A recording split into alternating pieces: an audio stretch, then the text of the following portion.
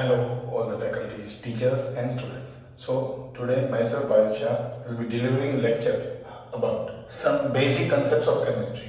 So this is chapter 1 of class 11. So in today's session, we will cover about chemistry and its types, matter and its interconversion, classification of matter at macroscopic level, important definitions related to matter. Then we will go through with the laws of chemical combination. Then we will cover Dalton's atomic theory, and lastly we will cover all the examples related to the topics like mass percentage, that is weight by weight, molarity and stoichiometry. Okay, so let's start our session. So first of all, word chemistry. So this chemistry word is derived from the word chem. What is meaning of chem? So chem actually is an earth or the science that is associated with अर्थ. तो अर्थ का जो science है, पूरा structure है, composition है, ठीक है, उसका जो भी पार्ट कवर होता है वो केमिस्ट्री से डिराइव होता है. और केमिस्ट्री है, उसके बहुत सारे टाइप्स हैं, right. In the first chapter we have seen that as per the book the chemistry is divided into 5 types. There are 5 types of chemistry.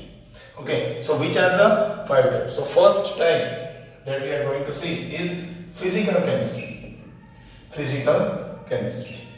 So this is the first type of chemistry. So what is the meaning of physical chemistry? तो जो हम day to day life में feel कर सकते हैं, touch कर सकते हैं, जैसे भी कोई भी मैटर हो, हम बेसिकली उसको अगर डिक्लेयर करना चाहें तो बोल सकते हैं सॉलिड है, लिक्विड है, गैस. But how? फिजिकली, क्योंकि आप उसको टच कर पाते हो, आप उसको फील कर पाते हो, तो उससे हम बोलते हैं फिजिकल केमिस्ट्री, राइट. सबसे ज्यादा हम फिजिकल केमिस्ट्री है वो डे टू डे लाइफ में देख पाते हैं, राइट. हम फील कर पाते हैं. बाकी सब केमिस्ट्री भी हमारे आसपास होती है, right, but we can see if we study such particular chemistry. Now let's proceed to the second, that is inorganic chemistry. So inorganic chemistry को मैं ऑर्गेनिक केमिस्ट्री के साथ ही लिखूंगा. इनऑर्गेनिक केमिस्ट्री और ऑर्गेनिक केमिस्ट्री जो बन जाता है इसका तीसरा पार्ट, तो है ऑर्गेनिक केमिस्ट्री.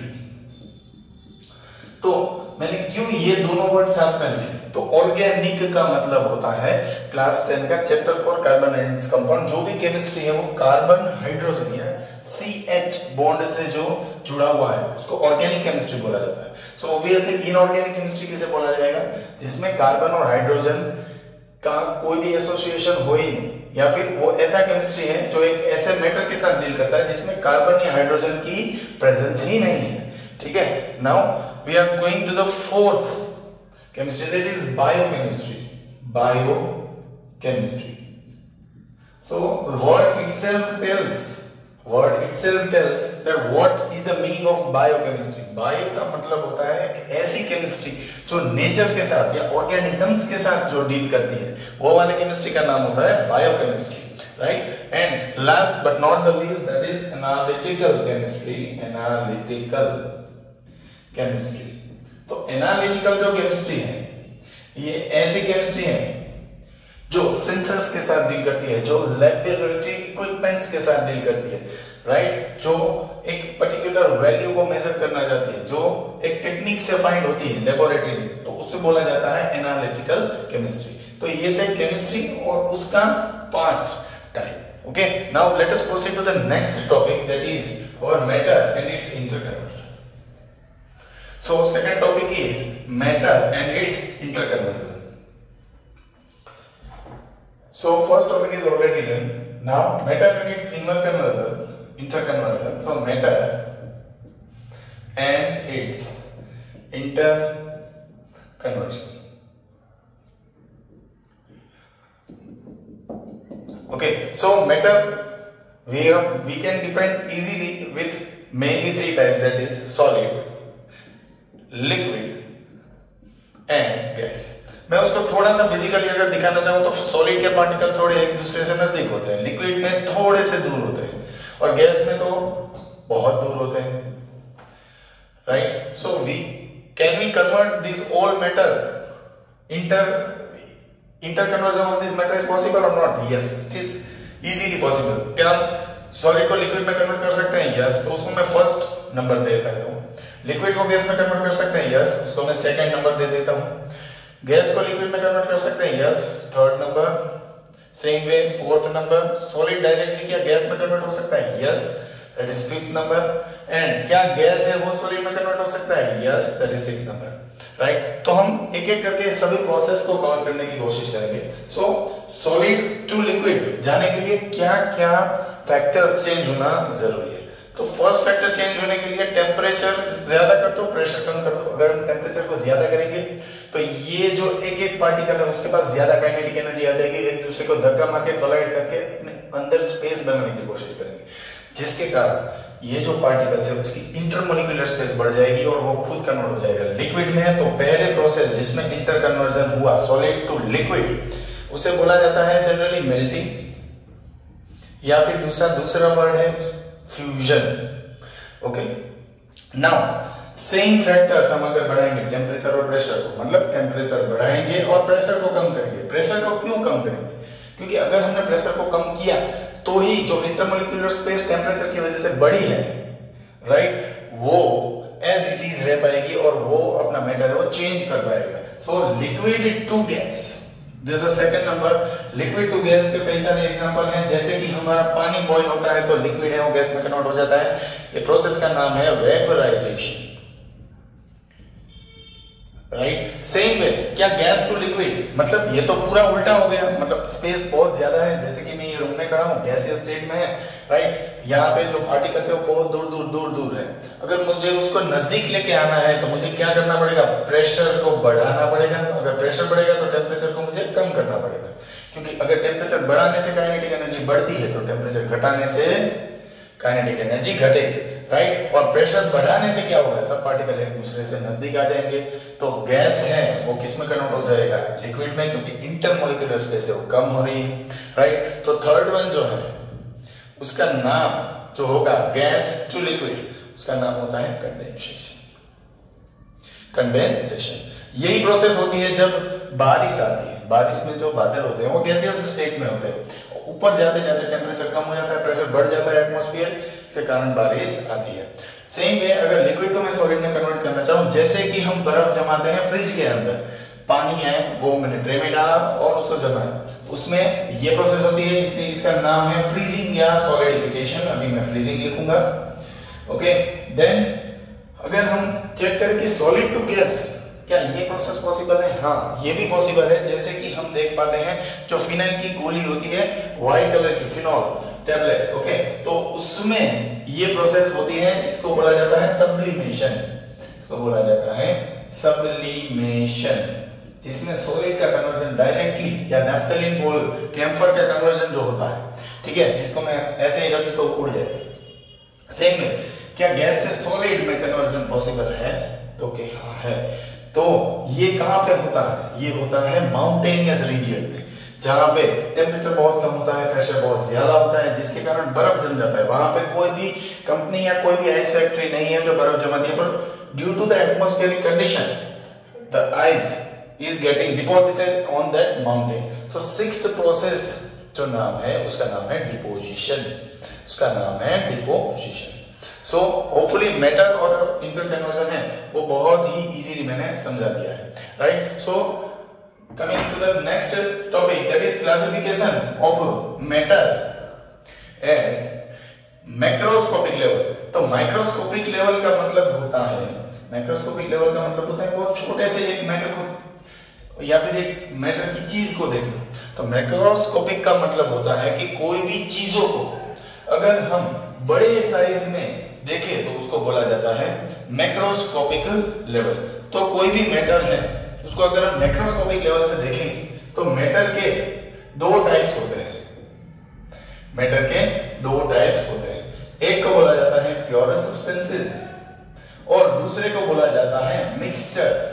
तीसरे को बोला जाता है मिक्सचर। तो बेसिकली ये दोनों में क्या डिफरेंसेस है? तो प्योर सब्सटेंस जो होते हैं वो जनरली एक एटम से बने हुए होते हैं, और मिक्सचर जो है उसमें एक से ज्यादा एटम होने की भी संभावना होती है, राइट। सो प्योर सब्सटेंस जो है उसका फर्दर क्लासिफिकेशन भी पॉसिबल है और मिक्सचर का भी फर्दर क्लासिफिकेशन पॉसिबल है। तो प्योर सब्सटेंस का सबसे पहले अगर हम देखना चाहें तो इसका फर्दर क्लासिफिकेशन है दो टाइप्स। तो पहले का नाम है एलिमेंट्स, राइट, और दूसरे का नाम है कंपाउंड्स। अभी एलिमेंट्स के बारे में अगर हम बात करें तो अभी मॉडर्न डे साइंस में 118 एलिमेंट्स हैं वो प्रेजेंट है, जो हेनरी मुसली एक बहुत बड़े केमिस्ट जो है, ठीक है, उन्होंने हमें ये पूरा पीरियोडिक टेबल है वो पूरा हमें अरेंज करके दिया है। तो 118 एलिमेंट्स है और यही कई सारे एलिमेंट्स हैं उसको एक फिक्स प्रोपोर्शन में, फिक्स मास में जो अवेलेबल है, जिससे एक पूरा नया सब्सटेंस बन जाता है जिसको बोला जाता है कंपाउंड। ठीक है, अब हम बात करते हैं मिक्सचर। तो मिक्सचर है वो दो टाइप के हो सकते हैं। पहले नाम है होमोजेनियस मिक्सचर, राइट, पहला नाम है होमोजेनियस मिक्सचर और दूसरे का नाम जो होता है उसका नाम है heterogeneous mixture. Heterogeneous mixture, heterogeneous mixture. तो what is meaning of homo and what is meaning of hetero? तो होमो का मतलब होता है कि अगर कोई भी एक या फिर एक से ज्यादा आइटम है वो एक दूसरे के साथ जुड़े हुए हैं और अगर उसका कंपोजिशन यूनिफॉर्म है, इक्वल है, एक ही लेयर में है, तो उसको बोला जाता है होमोजेनियस मिक्सचर। पर अगर मैं दो अलग अलग एटम्स लेता हूं, उसको कंबाइन करने की कोशिश करता हूं, इसमें एक से ज्यादा अगर लेयर बन रहे हैं, नॉन यूनिफॉर्म कंपोजिशन है, तो उसको बोला जाता है हेट्रोजेनियस मिक्सचर।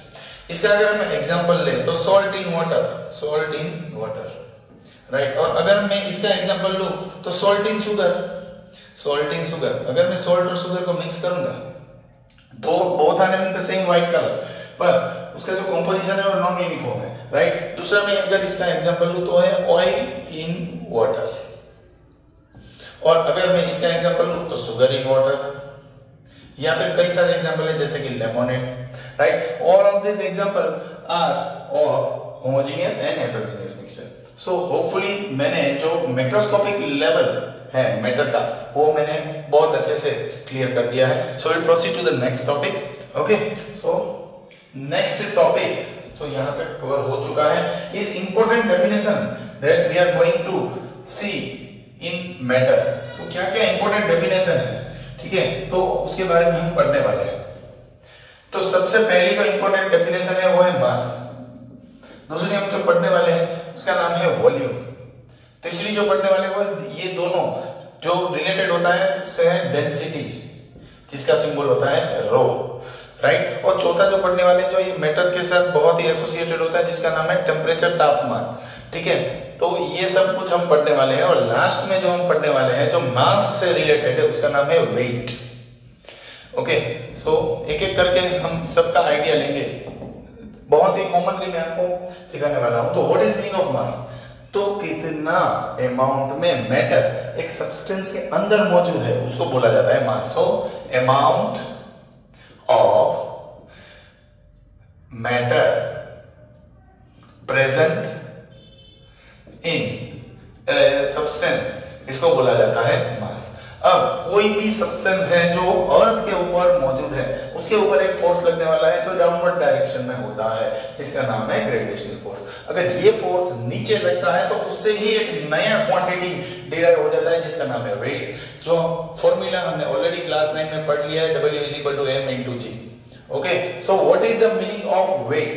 तो वेट का मतलब है कोई भी एक मास में कितना ग्रेविटेशनल फोर्स एक्सर्ट होता है उसको बोला जाता है वेट। ओके, तो if A gravitational force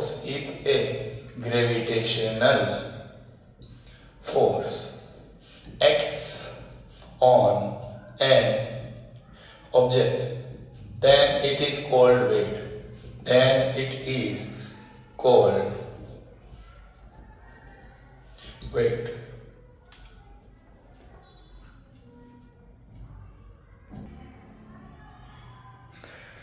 so weight है वो जनरली हम वेट ही मेजर करते हैं। एक्चुअली जब भी हम हमारा वेट मेजर करने जाते हैं, मैं वेट बोलूंगा क्योंकि हमारे आसपास जो भी चीज मेजर होती है वो वेट में होती है, वो एक्चुअली मास में मेजर नहीं होती है, क्योंकि हर एक ऑब्जेक्ट जो अर्थ के ऊपर है उसके ऊपर ग्रेविटेशनल फोर्स लगता है, राइट।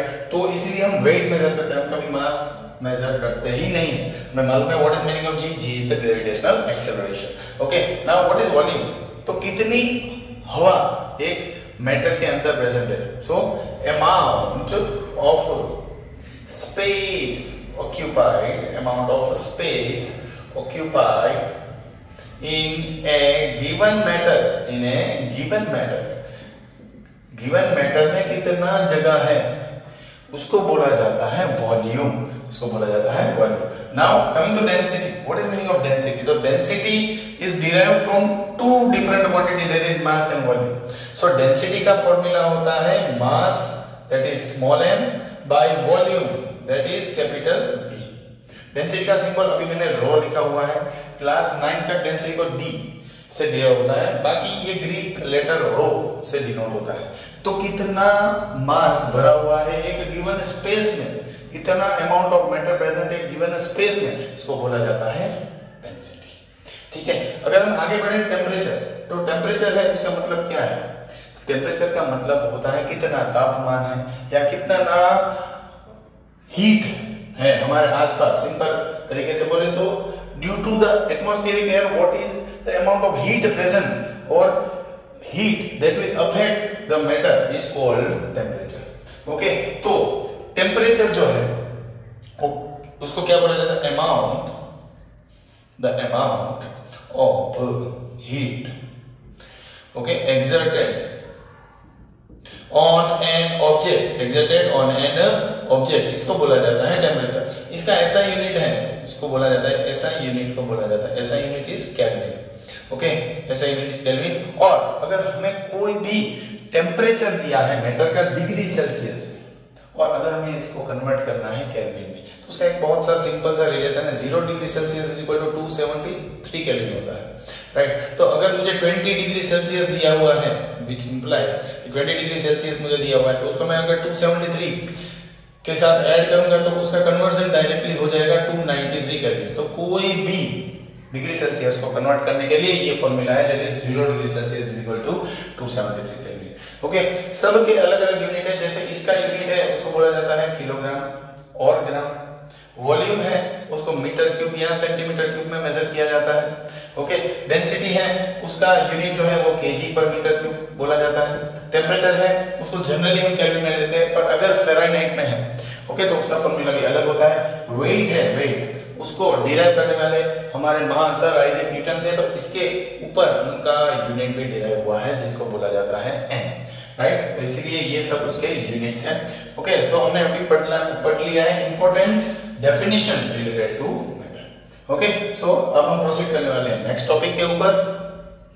तो नेक्स्ट टॉपिक जो होने वाला है वो है Dalton's atomic theory. Dalton's atomic theory, तो सबसे पहले जो एटम का डिस्कवरी करने वाले जो महान साइंटिस्ट है उसका नाम था डाल्टन। तो डाल्टन ने एटम के बारे में क्या बताया वो हम देखने वाले हैं। तो डाल्टन ने हमें 4 डिफरेंट पोस्टुलेट्स या 4 थियरी डाल्टन ने हमें एक्सप्लेन की है। तो जो डाल्टन्स एटॉमिक थियरी जो उन्होंने हमें एक्सप्लेन किया है वो क्या है। So Dalton's atomic theory, Dalton's atomic theory, this is what we are going to learn right now. So Dalton's atomic theory का पहला है कि भाई matter consist of an indivisible atoms. Dalton की थियरी क्या थी भाई, matter consists of indivisible atoms. इसका मतलब कि मैटर के अंदर एटम मौजूद है तो उसको आप डिवाइड नहीं कर पाओगे, ऐसा डाल्टन ने बोला है। पर क्या ऐसा है वो मॉडर्न साइंस ने क्लियर किया। धीरे धीरे जब हमने चैप्टर 4 पढ़ा था क्लास 9 में, तब हमने स्ट्रक्चर ऑफ एटम पढ़ा जे थॉमसन के बारे में, फिर रदरफोर्ड जी आए, बड़ा सा एक एक्सपेरिमेंट किया, उनके पास अच्छे इक्विपमेंट्स थे, अच्छी टीम थी। उसके बाद आए बोर्स एटॉमिक मॉडल जो हमें इलेक्ट्रॉनिक कॉन्फ़िगरेशन के बारे में क्लियरेंस देता है कि कैसे एक इलेक्ट्रॉन है वो एक एटम के अंदर होता है, राइट। पर बोर एटॉमिक मॉडल है वो भी हमें मालूम पड़ा कि odd number of electron species के लिए वैलिड है, राइट। सो ये पहला जो था उनका थियरी ये था, दो it was probably the wrong one, okay, that was proved by modern science. All atoms of given element, all atoms of given element have identical properties,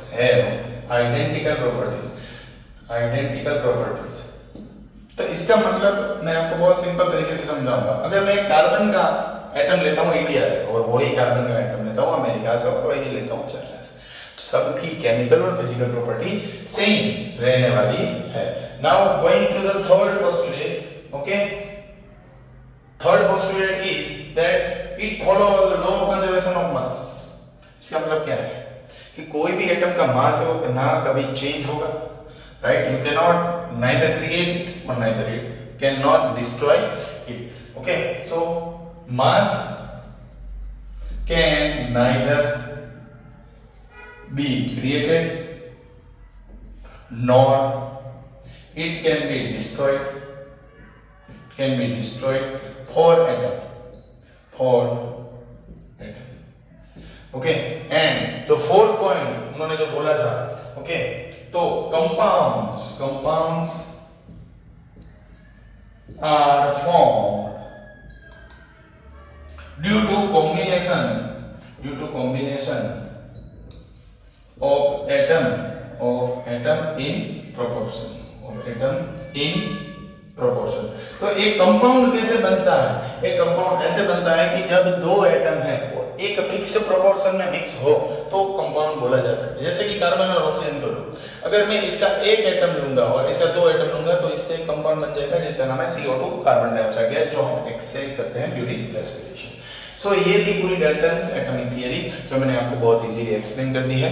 तो अब हम आगे बढ़ेंगे और देखेंगे कि क्या क्या एग्जांपल्स है जो हम ये मेटर के रिलेटेड या एनसीईआरटी के टेक्स्ट बुक में कवर हुए हैं, वो एग्जांपल के बारे में डिस्कस करेंगे विद कैलकुलेशन और ये लेक्चर को हम कंक्लूड करेंगे।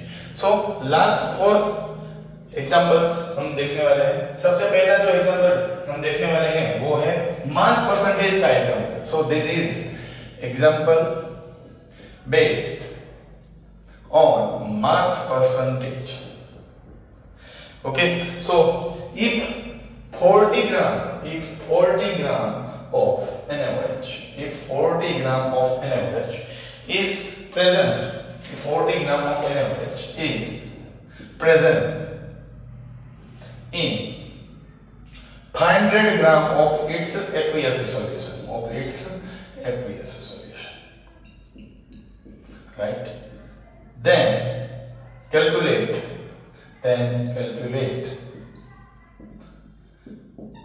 percentage W by W, okay, of solution।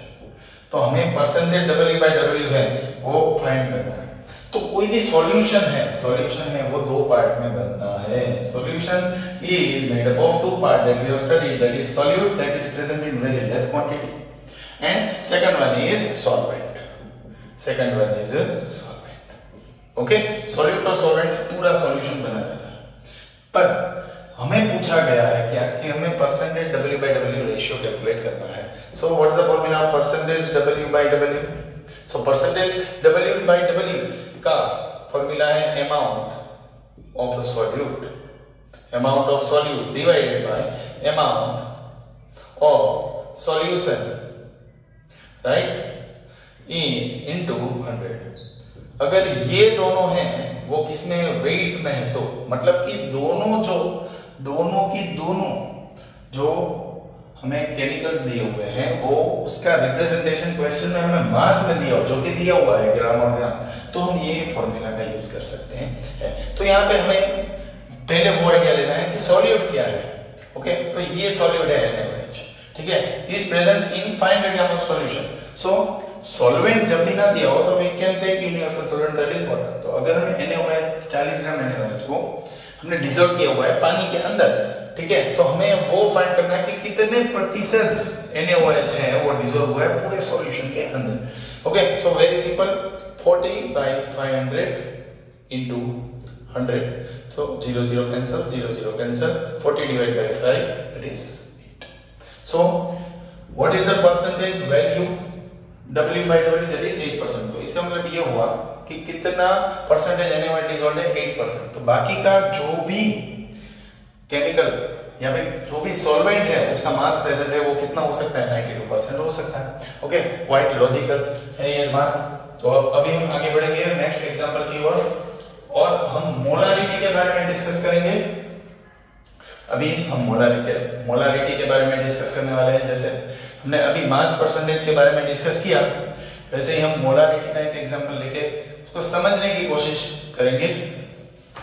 So what is the meaning of molarity और मोलारिटी का फॉर्मूला क्या है।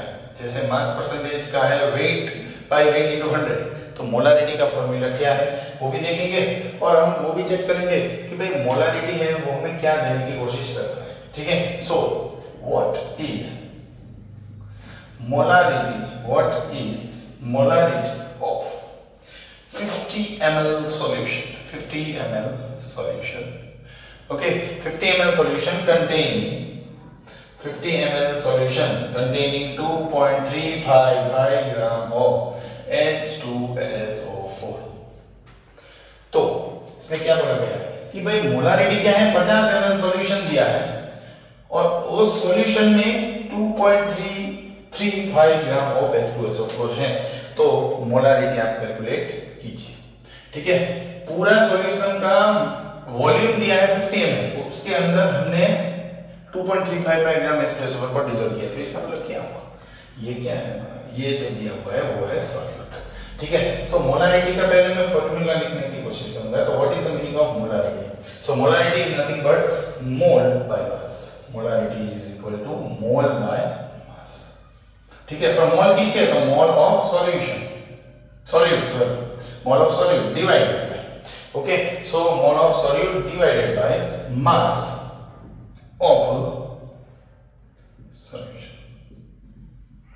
Okay, so molarity is nothing but mole divided by mass.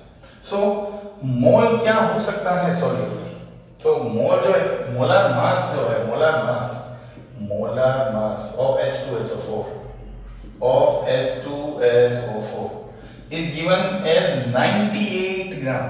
कैसे है, दो हाइड्रोजन के मास दे लो, 2 + 32 + 16 4 सर, क्योंकि एक ऑक्सीजन का मास होता है 16, ये सबको अगर हम ऐड करेंगे तो हमें जो मिलने वाला है वो है 98 ग्राम। तो अगर हमें मोल्स कैलकुलेट करने हैं, तो उसका फॉर्मूला होता है गिवन मास बाय मोलर मास। इससे अगर हम मोल कैलकुलेट करेंगे तो हमें वैल्यू मिलने वाली है वो है 0.0240 और इसका कोई भी यूनिट नहीं होता है, because mass by mass unit is cancelled out, unitless होता है मोल्स। तो मोल्स हमें मिल गए, किसके मिल गए, ये moles of sulphuric acid that is H2SO4। तो मैं उसको रख दूंगा 0.0240 divided by mass of solution.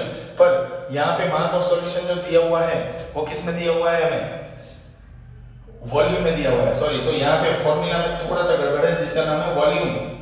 So mass by volume, तो ये मोलारिटी है वो हम कब यूज करेंगे, जब हमारा सॉल्यूट जो है वो सॉलिड में हो और पूरा सॉल्यूशन जो है वो लिक्विड में हो, तब हम मोलारिटी का यूज करने वाले हैं।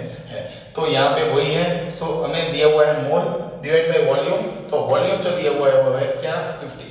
अगर हम इसका कैलकुलेशन करेंगे तो अराउंड इसका वैल्यू जो आएगा निकल के 0.0240 बाय 50, इसको अगर हम कैंसिल करेंगे तो इसका आंसर आएगा 0.480, इतना मोलारिटी आने वाला है।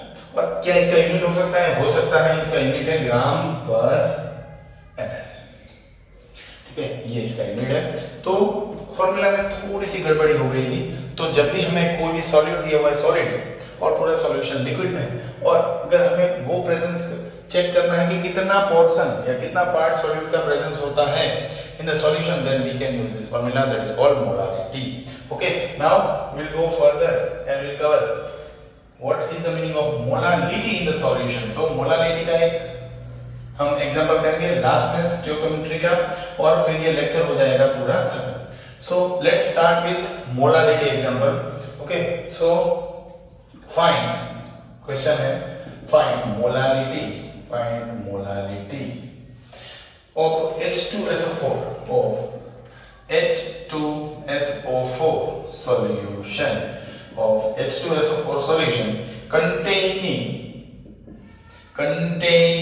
196 gram of H2SO4, 196 gram of H2SO4 in 996 gram of solution, 996 gram of solution. तो इसमें तो क्लियर कट दे दिया ये सॉल्यूट है और सॉल्वेंट जो है वो नहीं दिया है, इसका मतलब हम पानी कंसीडर कर सकते हैं, डाइल्यूशन है ये पूरा H2SO4 का। ओके, तो यहाँ पे हम जो फाइंड करने वाले हैं उसका नाम है मोलारिटी। मोलारिटी का फॉर्मूला क्या होता है? तो पहला क्वेश्चन ये निकल के आता है, मोलारिटी का फॉर्मूला क्या हो सकता है? तो मोलारिटी का फॉर्मूला हो सकता है मास डिवाइडेड बाय मास किसका? Mass of solute, sorry moles of solute divided by, अब moles of solute divide by mass of solution. तो हमें ये डाउट आता है सर मोलारिटी या मोलारिटी दोनों में क्या फर्क है? दोनों में ऊपर मोल्स ऑफ सॉल्यूट ही है, राइट, पर जो मोलारिटी है उसमें mass by volume, moles by volume होता है, यहाँ पे होता है moles bye mass of solution. Okay, moles bye mass of solution. तो सबसे पहले हमें क्या करना पड़ेगा? मोल्स फाइंड करना पड़ेगा। किसका मोल्स फाइंड करना पड़ेगा? H2SO4 का फाइंड करना पड़ेगा। तो what's the formula for moles? Moles का फॉर्मूला होता है given mass by molar mass. तो what's the given mass? That is 196। What is molar mass? That is 98।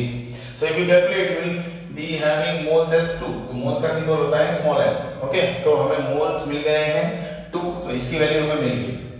अभी परेशानी आती है, परेशानी क्या आती है कि हमें यहाँ पे जो फाइंड करना है वो मास ऑफ सॉल्वेंट है, वो फाइंड करना पड़ेगा। मास ऑफ सॉल्वेंट फाइंड करना पड़ेगा। तो मास ऑफ सॉल्वेंट कैसे फाइंड हो सकता है? तो अभी मैंने बोला था कि कोई भी सॉल्यूशन है वो दो चीजों से बनता है। किससे बनता है? एक तो सॉल्यूट से बनता है और दूसरा किससे बनता है? दूसरा बनता है सॉल्वेंट से। एक सॉल्यूट से बनता है, दूसरा बनता है सॉल्वेंट से, राइट। सॉल्यूट और सॉल्वेंट से पूरा सॉल्यूशन बन जाता है। पूरे सॉल्यूशन का मास दिया हुआ है 996 ग्राम।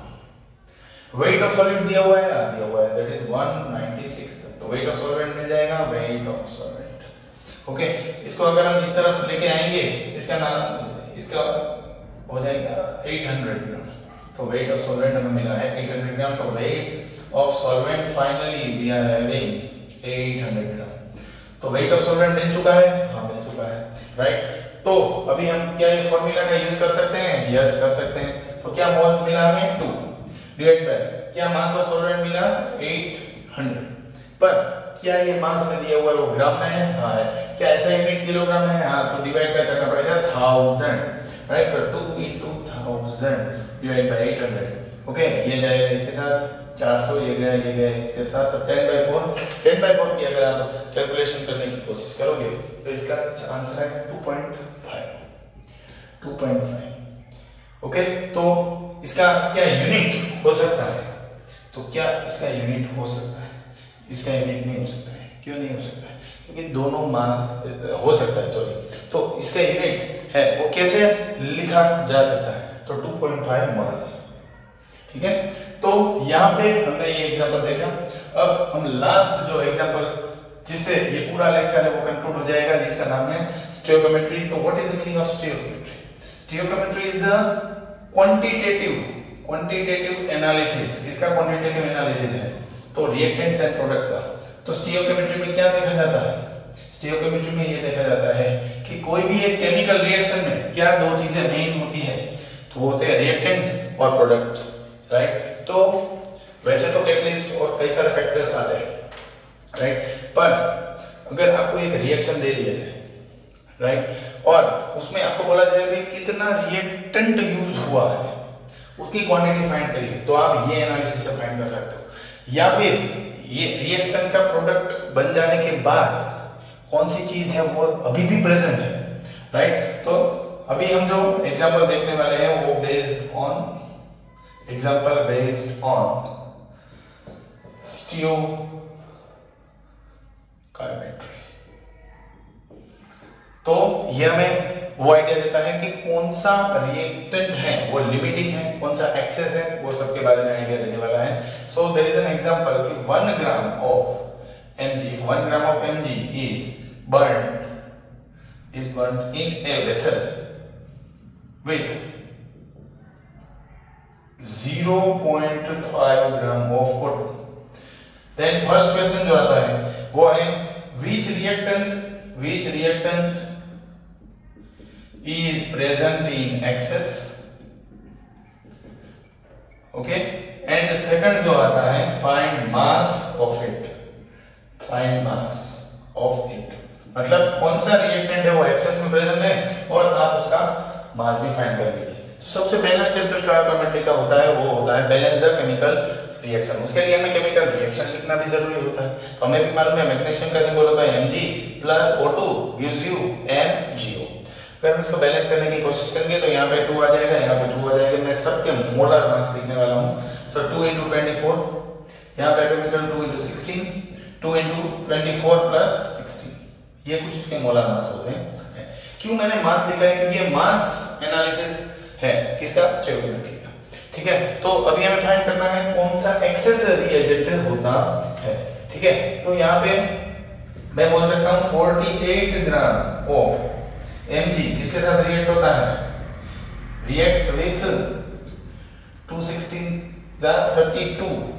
32 gram of oxygen.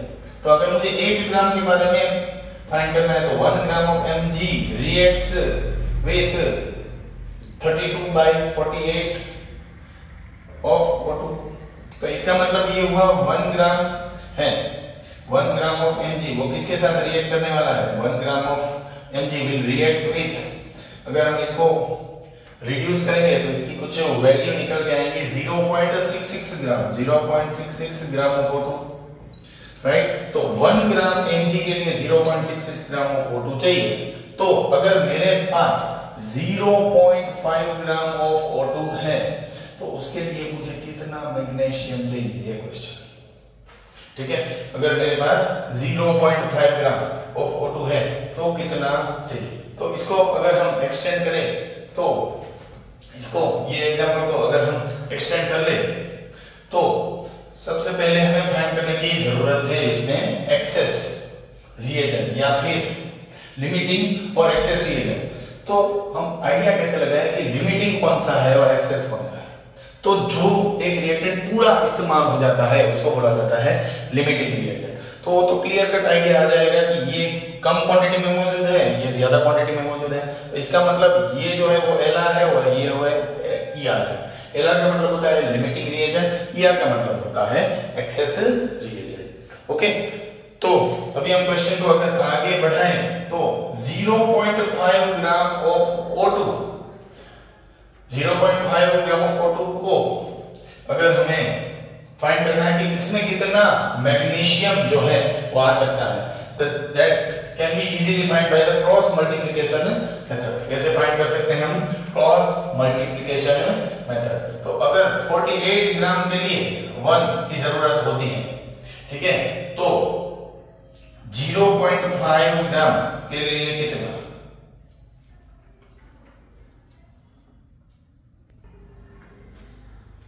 So 32 gram of oxygen के लिए 48 ग्राम मैग्नीशियम की जरूरत है। तो 0.5 ग्राम ऑफ ऑक्सीजन के लिए कितना मैग्नीशियम रिक्वायर्ड है ये हमें फाइंड करना पड़ेगा। हमने एक चीज तो फाइंड कर ली भाई, एक्सेस रिएजेंट क्या है? एक्सेस रिएजेंट जो है वो इसमें है मैग्नीशियम, वो तो पक्की बात हो गई, तो इसके मार्क मिल गए। अभी हमें फाइंड करना है कि भाई वो एक्सेस रिएजेंट का मास कितना रहेगा। Okay, so I will cross multiply, तो इसका 32 into x is equal to 48 into 0.5। Okay, तो x is equal to 48 into 1/2 और इसका डिवाइड में आ जाएगा ये 32, ये जाएगा इसके साथ तो ये आएगा 24। तो x is equal to 24/32 बचेगा। ओके, अगर आप इसकी वैल्यू निकालने की कोशिश करेंगे तो इसका जो वैल्यू आने वाला है वो ये 12 2 जार, ये 16, ये 4 3 जार, 4 जार, so 3/4। तो x is equal to 0.75। Okay, तो x की वैल्यू जो हमें मिलती है वो है 0.5 ग्राम। तो अगर ये 0.5 ग्राम है Mg, ठीक है, तो कितना एक्सेस मास बचा हुआ है? तो एक्सेस मास टोटल में क्या लिया था? 1 ग्राम। तो 1 - 0.75 तो 0.25 ग्राम है एक्सेस मैग्नीशियम आफ्टर रिएक्शन, ये बचा हुआ है। क्या बचा हुआ है? ये एक्सेस मास किसका है? मैग्नीशियम का है। Excess word is related to excess reagent, तो अभी ऑब्वियस चीज है कि कितने मास बचा हुआ है मैग्नीशियम का? 0.25 ग्राम का बचा हुआ है। तो यहाँ पे हमारा लेक्चर जो है वो एंड होता है। तो आज हमने कौन कौन सा टॉपिक कवर किया? केमिस्ट्री, उसके टाइप, मैटर का इंटर कन्वर्जन, डाल्टन की atomic theory, important definition related to matter. हमने देखे कई सारे एग्जांपल, जैसे कि मोलारिटी मतलब number of moles divide by volume. फिर हमने देखा molality, number of moles divide by weight of solvent. फिर हमने चेक किया कि स्टीरियोकेमेट्री का यूज करके हम कैसे एग्जांपल मास एनालिसिस का सॉल्व कर सकते हैं। तो यहाँ पे मेरा लेक्चर एंड होता है। होप आप सबको समझ में आएगा। Thank you.